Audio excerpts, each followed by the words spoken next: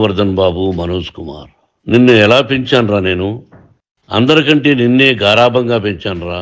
నీకే ఎక్కువ ఖర్చు పెట్టి చదివించాలని ప్రయత్నం చేశానురా. నువ్వు ఏది అడిగినా నేను నీకు ఇచ్చానురా. కానీ ఈ రోజున నువ్వు చేస్తున్న పని బిడ్డల గుండెల మీద తంతారంటారే, అలా తన్నేవరా. మనసు ఆవేదనతో కింగిపోతుందిరా. నేను మీ అమ్మ ఏడ్చుకుంటున్నావురా. నువ్వు నన్ను కొట్టడం ఏంట్రా? నా బిడ్డ నన్ను తాకలా. ఇద్దరం ఘర్షణ పడ్డాం కొన్ని కారణాల వల్ల. ప్రతి ఫ్యామిలీలోనూ ఉంటాయిరా ఇవి. మీ అమ్మ ఎంత కుమిలిపోతుంది ఈ రోజున హాస్పిటల్ చేరింది. నీ వల్ల హాస్పిటల్ చేరుతాను.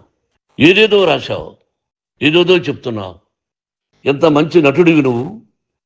నీ భార్య మాటలు విని తాగుడుకు అలవాటు పడిపోయావు. వింటున్నావా మనోజ్? ఎవరిని నమ్మాలో ఎవరిని నమ్మకూడదో పరిస్థితి తీసుకొచ్చావు.